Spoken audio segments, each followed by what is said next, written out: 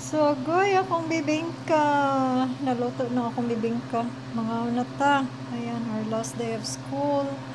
Bakasyon na, bakasyon. Ayan. So, muna akong bibingka naluto karon kay sayo pod mi nanguli karon. Ayan. Ayan, bakasyon na mi guys.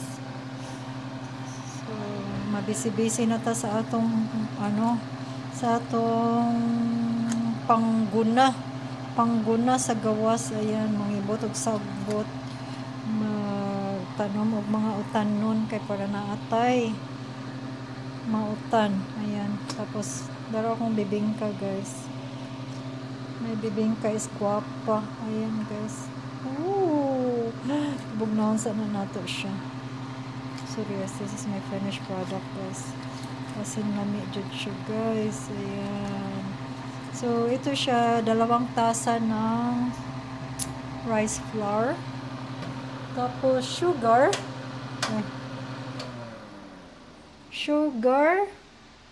na siya pangpatubo. Unya, asin. Gamay nga asin. Ayan. Tapos, gata. Ayan, guys. Tapos, this one has shredded coconut mix. Kay, ang akong isang tawo, ganahan og coconut. Ayan. Tapos, kani siya, plain lang siya. So, maura na yung naluto, guys. So, 8 kabuok sa 2 cups nga rice flour. So, imagine.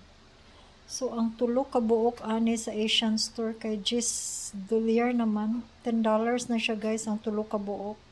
So, imagine na $10, $20. So, naas mga 22 or ano man, $25. Oh, this 8 pieces is 25. It will cost $25. Oh my goodness. So, ako na lang magbuhat, guys. Kay kabalo pa ta kung giunsa na to pagbuhat. Oh, yung matagbaw patagkaon.